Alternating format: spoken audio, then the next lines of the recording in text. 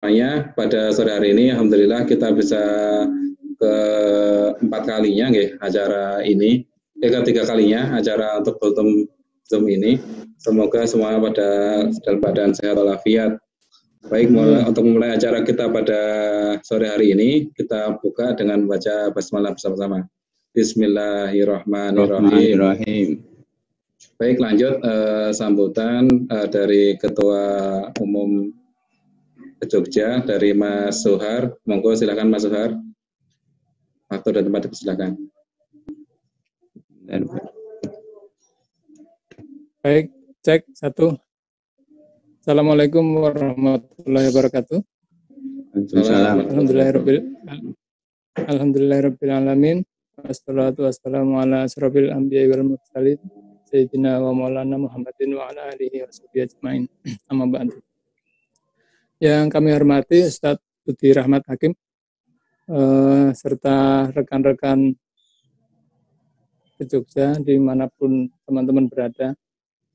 Pertama-tama mari kita panjatkan puji syukur kehadirat Allah Subhanahu wa taala pada kesempatan yang berbahagia ini, meskipun hanya lewat virtual kita bisa berkumpul di ruang ini. Mudah-mudahan tidak mengurangi manfaat serta esensi dari acara kita hari ini. Yang kedua, salawat serta salam semoga tetap tercurah kepada junjungan kita Nabi besar Muhammad SAW, Rasul terakhir, membawa ajaran hak, itu ajaran Islam. Baik, rekan-rekan yang kita muliakan, kesempatan kita hari ini adalah kesempatan ketiga untuk melakukan kajian. Setelah kemarin kajian pertama, Jogja Nunggu Buka, dan yang kedua, alhamdulillah sudah terlaksana dengan baik. Alhamdulillah ini yang ketiga, dan kali ini kami keluarga besar Kempalan Keluarga Jogja, Pak Ustadz Budi, mengucapkan terima kasih yang sebesar-besarnya kepada penjenengan atas kesediaannya memberikan ilmunya pada kesempatan sore hari ini. Tentu tak lupa kami juga mengucapkan terima kasih sebesar-besarnya untuk Basnas Kalsel, karena kebetulan ketua Basnas Kalsel bos saya sendiri, Pak Budi, Pak Rusdi. Jadi sekali lagi kami atas nama Kempalan Keluarga Jogja mengucapkan terima kasih yang sebesar-besarnya. Mudah-mudahan kerjasama kita bisa berlanjut di kemudian hari. Ya, kita berharap apa yang kita pelajari hari ini mudah-mudahan menjadi ilmu dan juga menjadikan kesadaran buat teman-teman semuanya untuk bisa menyempurnakan zakat kita. Saya kira itu yang bisa kami sampaikan, dan di kesempatan ini kami juga mengucapkan terima kasih kepada teman-teman Mas Agus yang telah berusaha membuka pintu kerjasama dengan Basnas, Mas Edi, dan juga Pak Daru, nih hostnya dari jauh-jauh dari Kandangan, nih, Pak. Terima kasih banyak, dan mudah-mudahan ini semua menjadi amal baik teman-teman semuanya. Kurang lebihnya mohon maaf. Akhir kalam, wassalamualaikum warahmatullahi wabarakatuh. Waalaikumsalam. Oke, terima kasih Mas Suhar atas sambutan yang diberikan. Semoga memang harapan kami dari Kempalan Keluarga Jogja ini bisa mendapatkan manfaat, mendapatkan ilmu baru mengenai zakat. Jadi biar bisa kita aplikasikan di bulan puasa ini. Oke, kita lanjut aja langsung ke acara berikutnya, yaitu tausiah atau pengajian yang akan disampaikan oleh beliau Ustadz Budi Rahmat Hakim.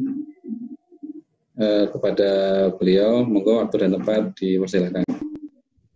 Kurang lebih nanti sampai jam 6 kurang 10 atau kurang 5 menit, ya, Ustadz, ya. Mohon maaf, nanti ada agenda tanya jawab. Monggo, silakan. 6 lebih atau 6 kurang, Mas? Oke. Assalamualaikum warahmatullahi wabarakatuh. Waalaikumsalam. Saya cek suara nih. Waalaikumsalam warahmatullahi wabarakatuh. Ya, jelas suaranya ya? Jelas, Ustaz. Jelas, Monggo. Alhamdulillah. Jelas, Ustaz. Alhamdulillahirabbil alamin. Wassalatu wassalamu ala sayyidina Muhammadin wa ala alihi wa sahbihi ajma'in. Amma ba'du. Bersyukur sekali ya, saya berbahagia bisa bergabung bersilaturahmi di forum virtual hari ini bersama bapak-bapak dan ibu. Ini sepertinya banyak bapak-bapaknya ya. Ya, ada satu ibu ini yang paling cantik. Ya, alhamdulillah ini bisa silaturahim di sini.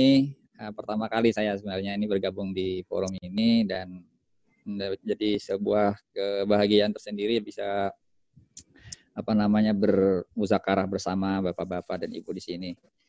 Dan di kesempatan ini saya sesuai suaranya kok gangguan ya di tempat saya. Sesuai amanah yang diberikan, saya diminta untuk mengisi sedikit materi ya, pengantar terkait dengan zakat ya. Ramadan, sempurnakan Ramadan dengan zakat. Kalau tidak salah begitu temanya, Pak ya. Oke.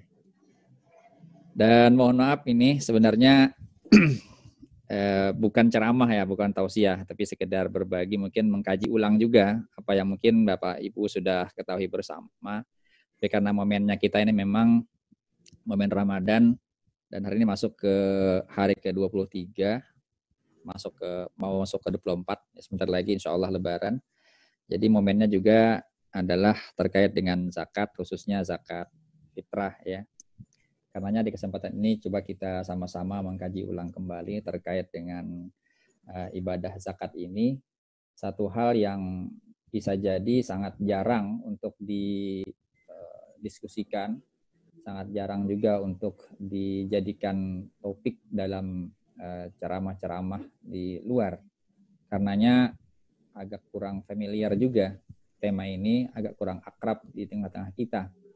Padahal ini menjadi satu bagian yang tidak kalah pentingnya dibanding dengan rukun Islam yang lain, seperti sholat, puasa, dan haji.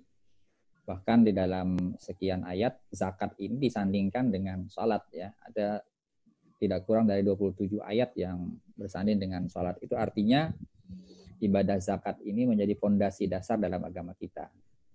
Nah, tentu zakat ini menjadi satu kewajiban khusus bagi orang-orang yang ditentukan. Sebelumnya saya ingin mengetengahkan ada beberapa istilah dalam zakat ini. Ada infak, ada sedekah, yang kedua-duanya juga digunakan dalam bahasa Al-Quran.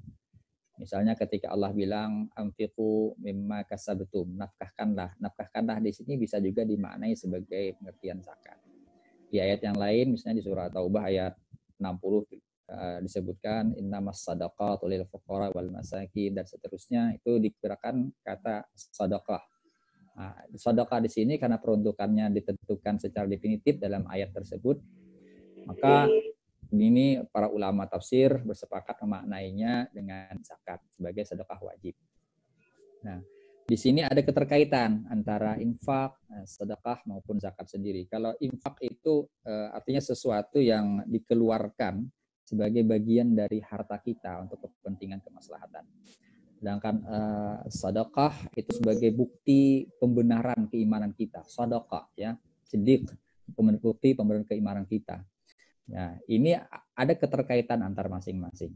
Nah, sedangkan zakat sendiri adalah upaya pensucian atau penyucian harta kita, penyucian jiwa kita dari sifat-sifat kikir, sifat tamak, dan sebagainya.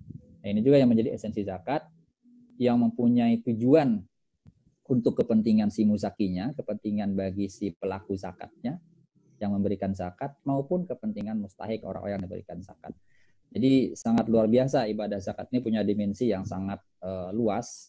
Di samping dia ada hubungan urusannya dengan Allah, dimensi teologisnya, juga sebagai bagian dari perwujudan empati sosialnya. Jadi ada dimensi sosialnya kepada masyarakat. Nah, inilah gambaran ibadah dalam zakat ini tercakup ada antara hubungan vertikal dengan hubungan horizontal. Karenanya zakat saya kira sangat penting untuk selalu diangkat menjadi sebuah topik dalam berbagai bahasan kita, untuk selalu disiarkan, dibumikan agar masyarakat kita lebih melek dengan soal zakat ini. Makanya saya berbahagia, bersyukur di kesempatan ini diberi kesempatan berbagi untuk sedikit berdiskusi tentang tema ini. Dan alhamdulillah Bapak-bapak dan Ibu di sini juga mudah-mudahan nanti bisa ikut turut mensiarkan ya zakat ini sebagai bagian dari lifestyle kita, bagian dari gaya hidup. Zakat tidak lagi dipahami sebagai kewajiban, tidak lagi dipahami sebagai ibadah formal yang mesti ditunaikan sebagai bagian dari tuntutan beragama, tetapi zakat juga dipahami sebagai kebutuhan. Kita yang butuh zakat, kita yang perlu untuk berzakat. Karena imbas faidah manfaat zakat itu juga akan kembali ke kitanya sebagai hamba. Baik, kemudian ada lagi dalam Al-Quran itu digunakan wa'atuz zakah. Ata ya'ti. Ata itu dalam bahasa Arab dimaknai sesuatu yang diberikan dengan tulus, diberikan sebagai bagian dari keikhlasan. Jadi sesuatu yang muncul dari sesuatu yang bersih. Jadi kalau wa'atuz zakah artinya menunaikan zakat dengan penuh ketulusan, dengan penuh keikhlasan.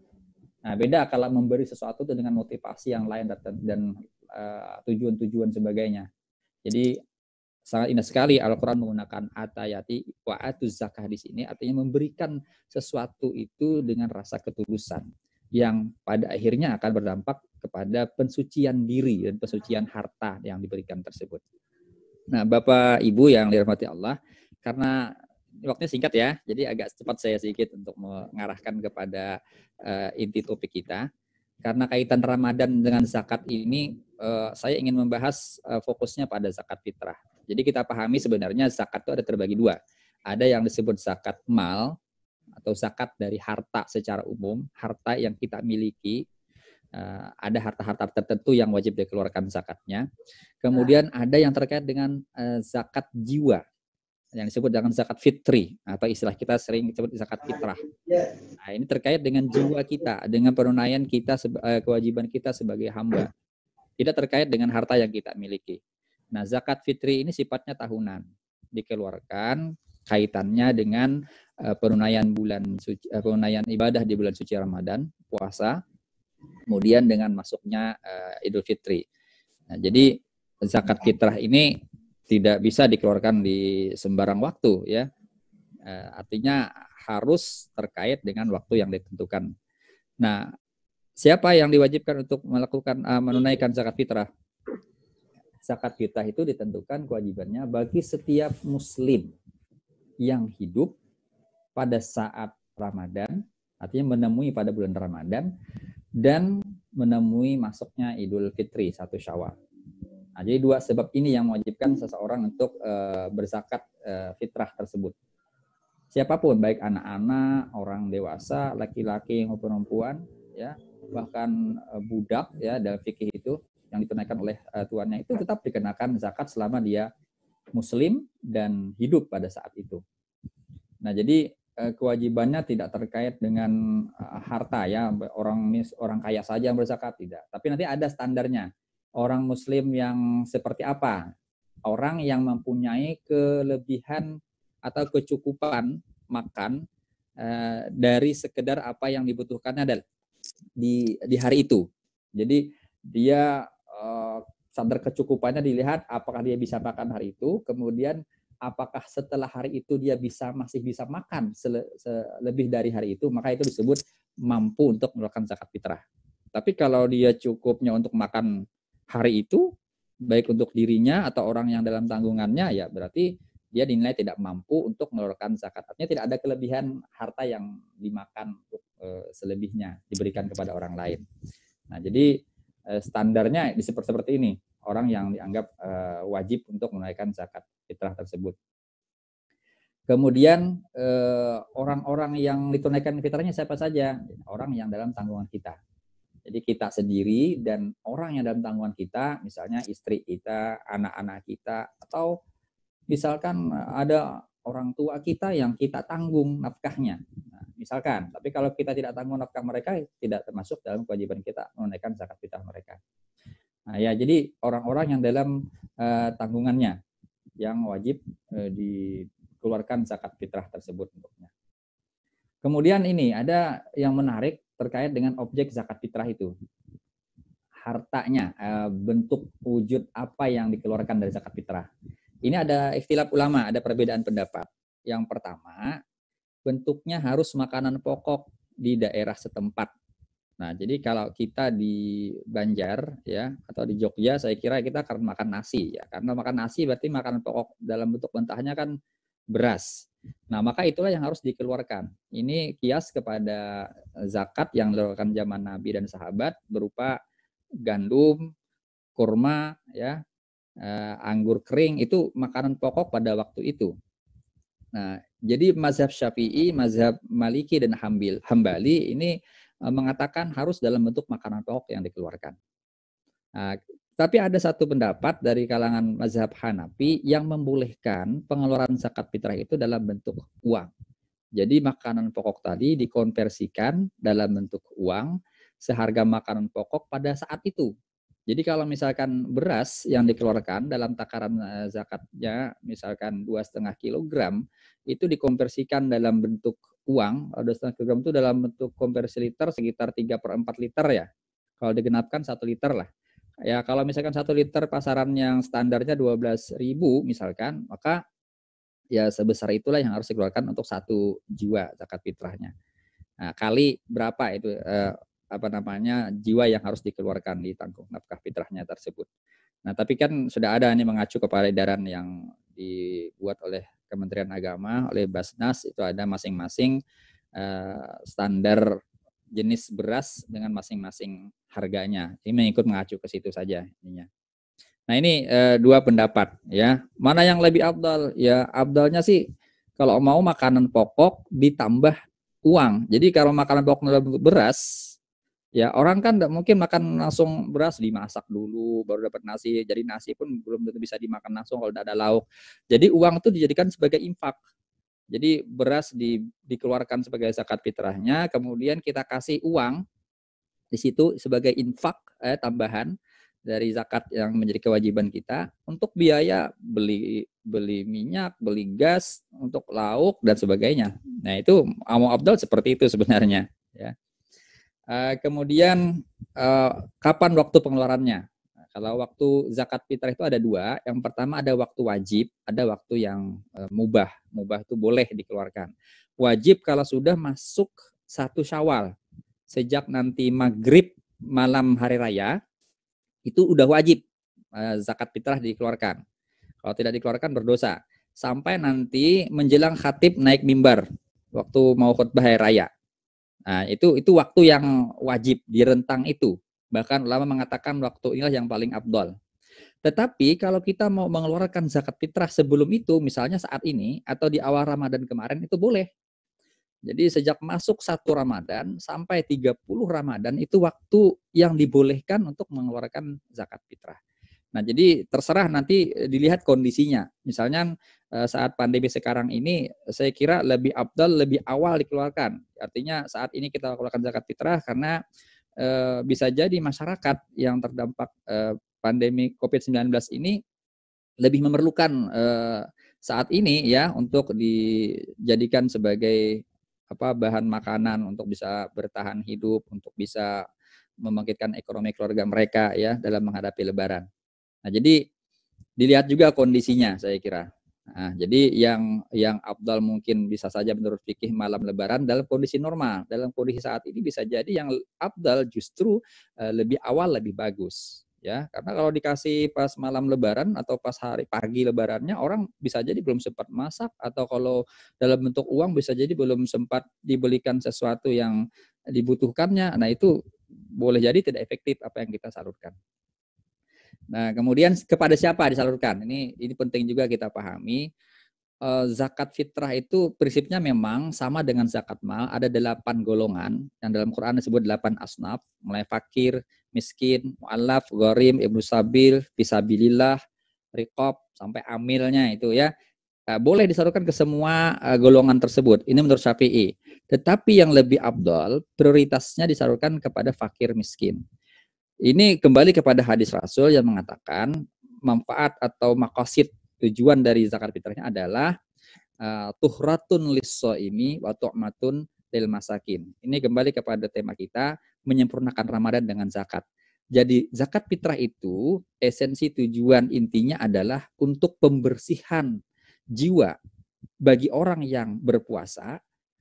Karena bisa jadi orang berpuasa itu bisa jadi ada yang kurang pahalanya karena dia ngomong sesuatu yang tidak semestinya, kemudian melakukan sesuatu yang tidak pada tempatnya dan sebagainya. Ini mengurangi pahala-pahala puasa. Ini disempurnakan dengan zakat fitrah tadi. Ini tuhratun lis-shaimi. Dan makna yang kedua adalah wa tu'matun lil masakin sebagai bentuk makanan yang mengenyangkan bagi orang-orang miskin. Ini maksudnya supaya orang miskin nanti tidak ada lagi yang minta-minta pada hari raya, tidak ada lagi mereka yang bersedih karena kelaparan dan seterusnya. Mereka ikut berbahagia pada hari raya. Ini dua tujuan dari zakat fitrah tersebut. Sehingga dengan berdasarkan pada hadis ini, maka lebih utama prioritas zakat fitrah disalurkan kepada kaum fakir, kaum miskin yang ekonominya di bawah rata-rata. Nah, saya kira itu yang harus memang dipahami masyarakat kita. Dan supaya tidak salah sasaran, saya kira menunaikan zakat fitrah ini adalah disalurkan melalui lembaga resmi. Misalnya melalui Basnas atau di Masjid Langgar itu dibentuk OPZ atau unit pengumpul zakat. Mereka itulah yang bertanggung jawab menyalurkan sesuai sasarannya dan menyalurkan sesuai dengan kebutuhan kondisi yang memang efektif untuk dijadikan sebagai mustahik. Saya kira itu sebagai pengantar ya, karena ini terbatas waktunya. Silakan nanti kita lanjut saja kalau memungkinkan dalam forum dialog.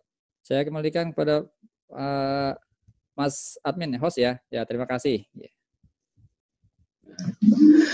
Oke, jazakumullah khairan katsir kepada Ustadz Budi Rahmat Hakim yang sudah memberikan mungkin sekilas ya mengenai zakat, baik zakat fitrah, zakat mal dan lain sebagainya. Karena waktu kita masih cukup banyak, paling enggak sekitar 20 menit, bisa kita sambung dengan sesi tanya jawab. Monggo yang bisa, ya mau duluan, Mbak Rina dulu ini ya, langsung langsung ya. Saya kalah cepat ya.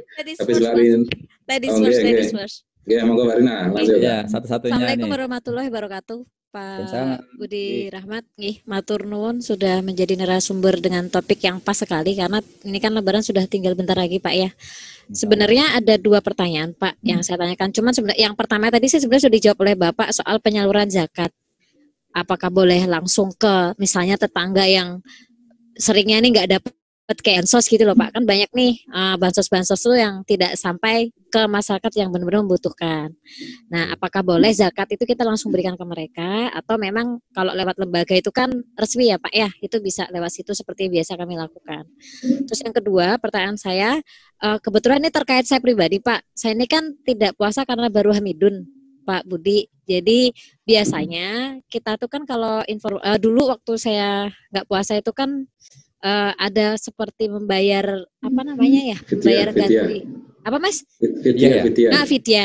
Nah, maksud saya apakah membayar itu tuh boleh digabung sekalian dengan zakat melalui lembaga tersebut? Apakah itu dipisah? Saya yakin yang tidak puasa itu kan tidak hanya perempuan hamil Pak, mungkin yang sedang sakit atau mungkin yang di perjalanan atau mungkin segala macam. Nah, ketika mengganti itu apakah boleh digabung dengan zakat itu sendiri atau seperti apa? Itu sih Pak, mungkin itu Pak dua pertanyaan simpel saya yang memang itu simpel tapi kadang saya agak kurang paham. Terima kasih Pak Budi. Assalamualaikum warahmatullahi wabarakatuh. Salam.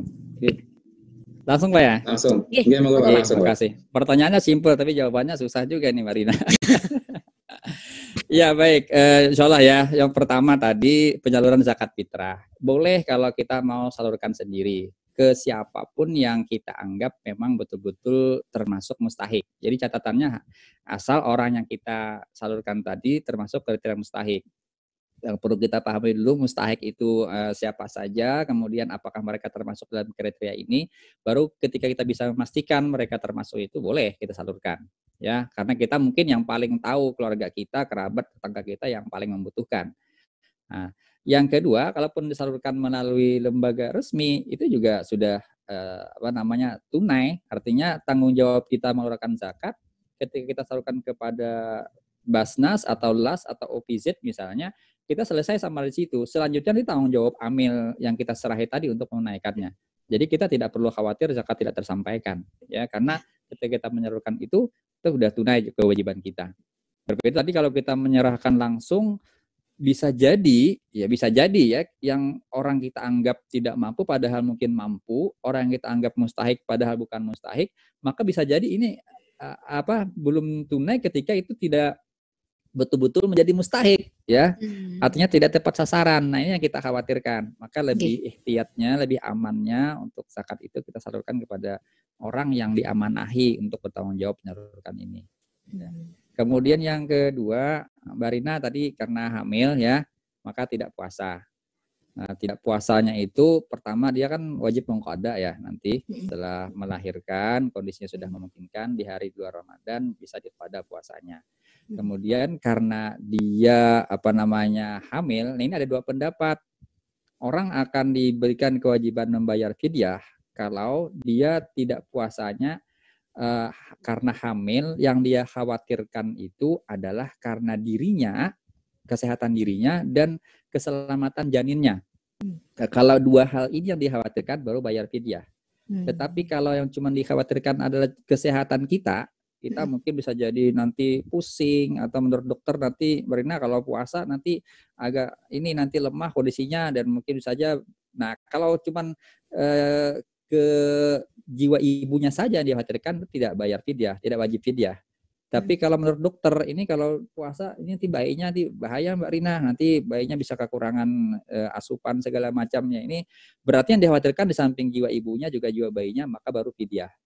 Terkait pembayarannya boleh sekaligus, maksud sekaligus ini bukan digabung ya. Jadi zakatnya itu dibayarkan melalui lembaga tadi, kemudian juga perhitungan fidyah yang kita keluarkan dibayarkan ke sana juga. Jadi bukan dikumulasi karena ada hitungan masing-masing. Oh iya.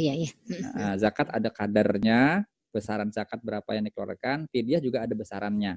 Walaupun sama-sama dalam bentuk beras misalkan, sama-sama dalam bentuk uang misalkan, ya orang yang terima itu juga sama ya, apa-apa ya, tapi perhitungannya juga harus dibedakan. Begitu, Mbak Rina. Oh ya. Mohon izin Pak Budi, kalau perhitungannya untuk fidyah itu berapa ya Pak normalnya minimal? Fidyah itu satu mud ya. Jadi untuk per hari yang ditinggalkan. Jadi kalau 1 hari tidak puasa itu dikeluarkan 1 mud. 1 mud itu takaran Arab ya. Jadi kalau di kita itu sekitar 6 ons. 6 ons itu kalau 600 gram ya? Ya, 600 gram. Itu ya enggak sampai 1 liter ya. Memang kalau mau dibulatkan itu lebih bagus supaya tidak khawatir lagi kurang 1 liter katanya untuk 1 mudnya per hari itu. Per hari. Yang kita keluarkan. Itu kalau menurut mazhab Maliki dan Syafi'i ya. Nanti kalau menurut Hanafi beda lagi mudnya. 1 mud takaran gantang Hanafi itu lebih besar. Itu mencapai sampai 8 ons, 815 gram itu. Berarti lebih dari 1 liter ya Pak Budi ya? Iya, kalau versi Hanafi lebih. Ya. Kalau ikut ke Syafi'i itu 1 liter 1 mud. Ya Pak Budi sangat membantu. Terima kasih. Mas Edi, monggo lanjut Mas Edi. Silakan. Sudah ini Mbak Rina ya, sudah mulai paham ya. Artinya nanti monggo tinggal diaplikasikan. Matur nuwun Pak Ustadz Budi. Silakan, ada yang mau ditanyakan lagi?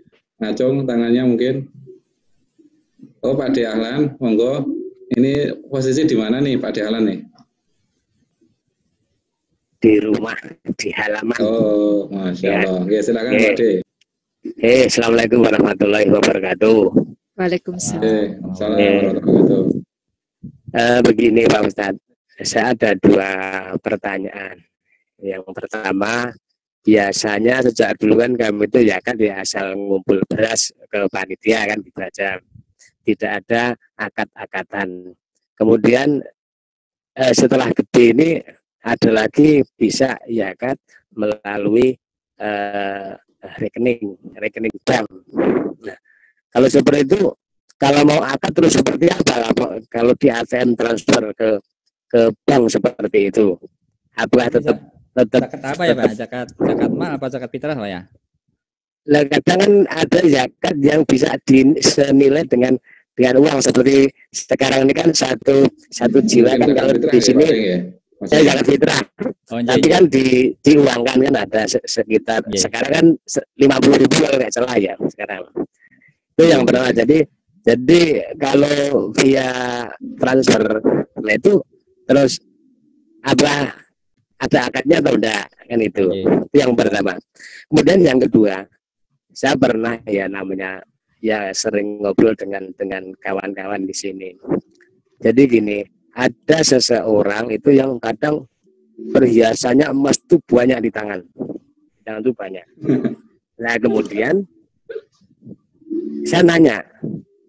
Nah, itu kalau banyak seperti itu dizakati enggak? Saya kan gitu nanyanya. Nah, akhirnya dia jawab, oh enggak Pak, kalau dipakai seperti ini enggak diyakati, yang disimpan, yang tidak kelihatan. Nah, itu makanya saya namanya di masyarakat kadang jawabnya seperti itu saya juga enggak mudeng itu. Benar atau enggak jawaban seperti itu? Mohon pencerahannya Pak Ustaz. Demikian, terima kasih. Wassalamualaikum warahmatullahi wabarakatuh. Assalamualaikum. Langsung Pak Edi. Langsung Ustaz. Ya, silakan. Jadi soal akad dalam zakat ya. Jadi ijab kabul bahasanya ya. Ada ijab kabul yang wajib, ada yang sunat, ada yang mubah. Kalau yang wajib itu dalam nikah, itu harus ada ijab kabulnya. Kalau nggak ada ijab atau nikah kabulnya, nggak sah nikahnya itu. Karena wajib. Nah, kalau jual beli itu sunat. Jadi sunat melakukan akad dalam transaksi bisnis ya, nggak jual beli saja sih, jual beli. Nah, ada akadnya. Tapi kalau dalam zakat itu mubah sifatnya.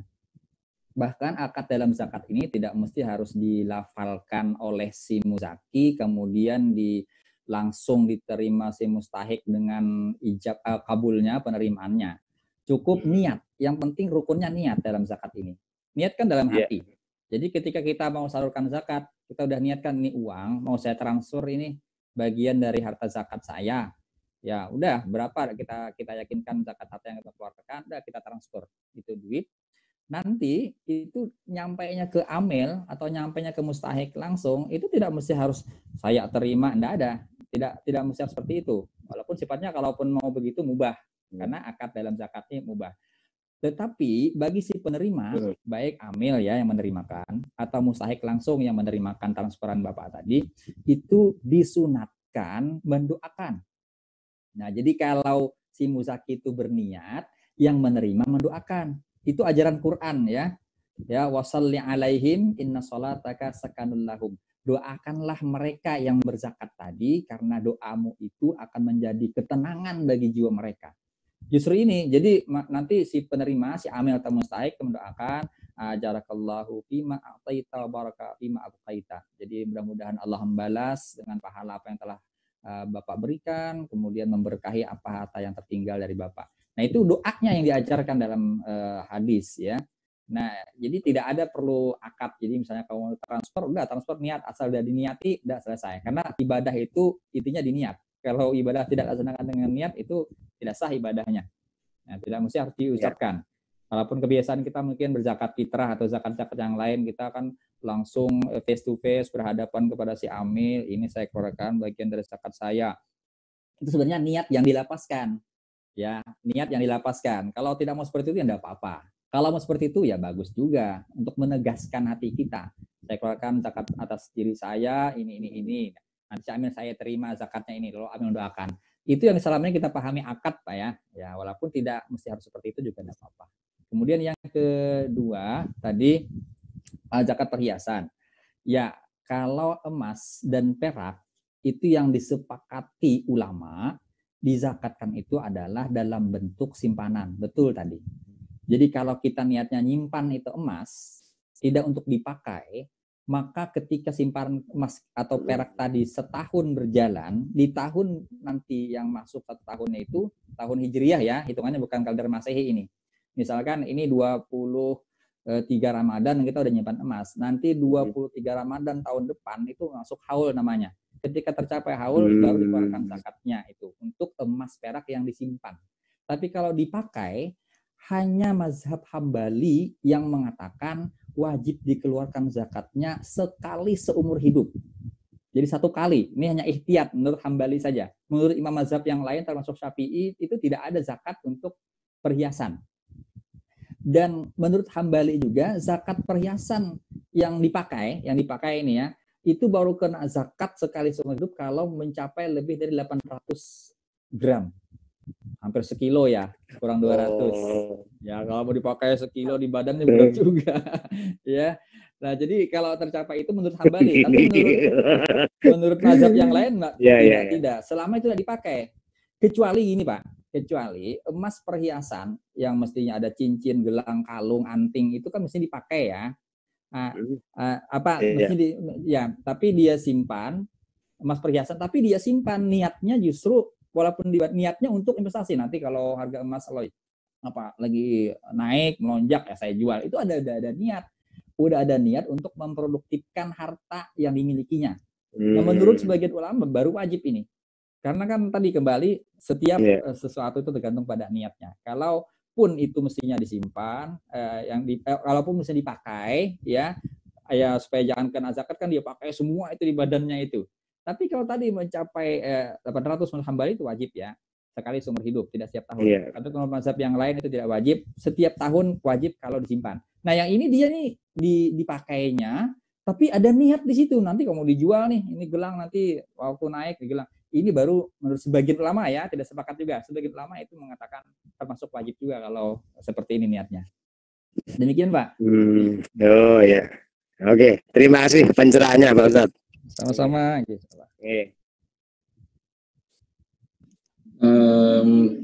Pak Dahlan, gitu dulu Pak De. Jadi sudah ada penjelasan dari Ustadz Budi Rahmat Hakim. Ada info ini, kalau nggak salah ada yang belum masuk buka belum ya? Belum ya? Banjarmasin sebentar lagi ini. Oh, sebentar lagi, Oke. Oh, ini tersebar di semua kabupaten kota ya. Ada yang sudah masuk paling. Monggo nanti kalau memang ada yang sudah saatnya buka, tetapi mau tetap lanjut sambil buka, nanti mungkin mohon waktunya sebentar ya, Ustaz. Paling nggak kita ada tanya jawab sebentar agar teman-teman juga bisa tetap ini ya mendapatkan info pencerahan. Ini ada yang nanya, Ustaz, mengenai zakat profesi. Zakat profesi kan biasanya yang dia karyawan mungkin kantoran dan sebagainya, itu ada yang langsung dipotong dari lembaga zakat. Itu besarnya berapa dan cara membayarnya seperti apa? Monggo saat ini dari Mas Suhar tadi yang menanyakan. Baik Mas Suhar. Jadi zakat profesi ini termasuk jenis zakat di zaman kontemporer ya, karena belum ada di zaman Nabi. Jadi dasarnya itu dikiaskan dari zakat yang ditetapkan Nabi, kiasnya itu bisa dua, ke zakat pertanian yang disebutkan Nabi dan ke zakat emas dan perak. Kalau zakatnya ke pertanian berarti kapan dia dapat, seperti pertanian kapan panen, maka ketika hasil panennya mencapai nisab, namanya nisab itu batas minimal kewajiban kena zakat, maka baru dikeluarkan kewajibannya. Jadi batas minimalnya kadar nisab di zakat pertanian itu adalah 524 kg beras. Beras itu udah bersih ya, neto, bukan dalam bentuk gabah ya. Kalau gabah saya lupa 630 sekian lah mungkin ya, dalam bentuk gabah yang kotor. Nah, kalau lebih enaknya ke beras. Jadi 524 kg beras itu dikalikan dengan harga pasaran sekarang, katakanlah 1 kg itu 10.000 misalkan. Maka ketika dia dapat penghasilan 5.240.000 net ya, bersih gitu, maka udah nyangkut kewajiban zakatnya sebesar 5%. Kenapa 5%? Karena kiasnya ke zakat pertanian. Zakat pertanian itu ada dua, pengeluaran zakatnya 5% kalau dia tak ada hujan, artinya tidak ada biaya pengeluaran untuk pengairan, untuk biaya operasional lain-lain. Tapi itu 10% ya. Kalau ada biaya pengeluaran tadi, maka 5%. Jadi lebih kecil. Demikian juga dalam zakat profesi yang dikiaskan ke pertanian, maka karena rata-rata semua profesi, semua usaha itu ada pengeluaran, ya biaya bensin, biaya ngantor, biaya macam-macam gitu ya, maka dianggap itu operasional, sehingga pengeluaran zakatnya 5%, bukan 10%. Nah, tetapi ada lagi satu pendapat kiasnya itu kepada zakat emas dan perak. Karena emas dan perak adalah nisabnya 85 gram, kapan kita punya simpanan emas minimal 85 gram atau lebih, ketika tercapai itu, maka udah wajib zakatnya. Seperti itu juga ketika penghasilan kita, ya, dalam satu kali dapat, misalkan dikumulasikan selama setahun, karena emas perak itu tidak langsung keluarkan, kecuali nunggu setahun ya. Jadi beda, kalau pertanian kapan didapat, kapan panen dikeluarkan. Tapi kalau emas perak disimpan setahun. Demikian juga gaji yang terkumpul, gaji kita selama 12 bulan, maka di bulan ke-13 wajib dikeluarkan zakatnya. Berapa? 85 gram dikali harga emas terkini. Harga emas saat ini mungkin berapa Mbak Rina ya? 1 gramnya 900-an ya? Ya. Saya pendapat 525 kalau nggak salah, Pak. Oh, turun ya? Ya, ini mas-masan baru naik turun kok, Pak. Ya gitu. Ya katakanlah kalau mau kita gampang hitungnya 500.000 1 gramnya berarti sekitar 42.500.000 ya. 85 gram. Nah, ketika tercapai penghasilan bersih kita selama 12 bulan tadi di atas dari 42.500.000 kumpulannya, maka wajib zakatnya. Berapa yang dikeluarkan? 2,5%. Kenapa 2,5%? Karena kiasnya ke emas dan perak. Beda dengan pertanian. Kalau pertanian lebih besar, 5%. Kalau emas dan perak, 2,5%. Nah, jadi ini kembali lagi kemana kita mengkiaskannya? Mau ke pertanian atau mau ke emas dan perak? Dua-duanya punya dalil, punya argumentasi yang sahih dan bisa bertanggungjawabkan.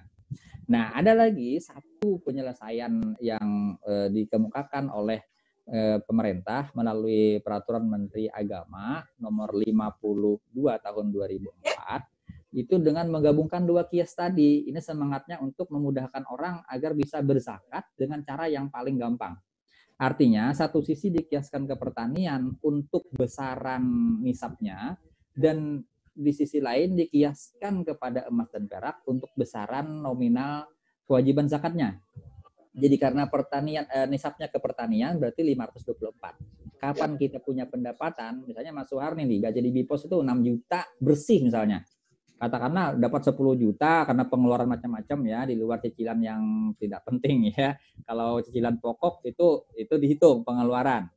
Nah, sehingga dari 10 juta tadi bersihnya 6 juta, udah nyangkut tuh. Ya, udah nyangkut kewajiban zakat dikiaskan ke pertanian tadi, karena 524 itu 5.240 itu kan sudah batas minimal. Kalau harga emas, Pak Ustadz, mohon maaf, kalau misalnya gini Pak, misalnya ini lebih memudahkan aja. Kalau misalnya habis gajian langsung potong 2,5% itu gimana Pak? Boleh, jadi itu namanya bruto. Jadi iya, jadi karena kita tidak bisa memastikan pengeluaran pokoknya berapa, Mas ya.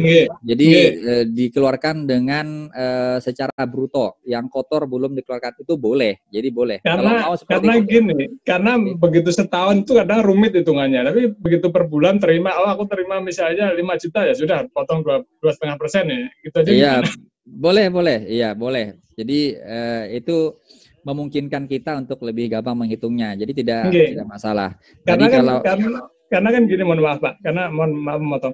Jadi kalau misalnya kita pakai ini nyebut bank ya, kayak yang BNI, misalnya gajian kita lewat BNI, di BNI juga sudah ada aplikasi yang terhubung ke Basnas atau terhubung ke lembaga yang lain. Jadi begitu ini tinggal transfer saja. Ini mohon maaf nih, apakah itu bisa Pak Ustaz?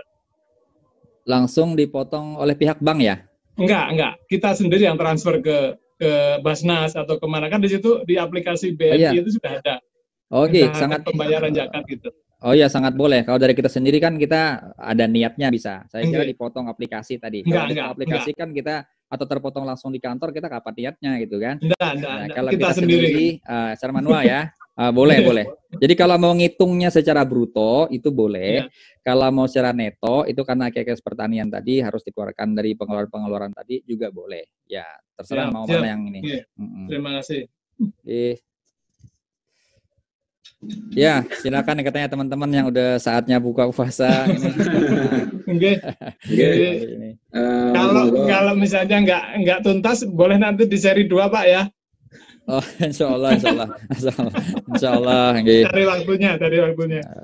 Insya Allah, mudah-mudahan.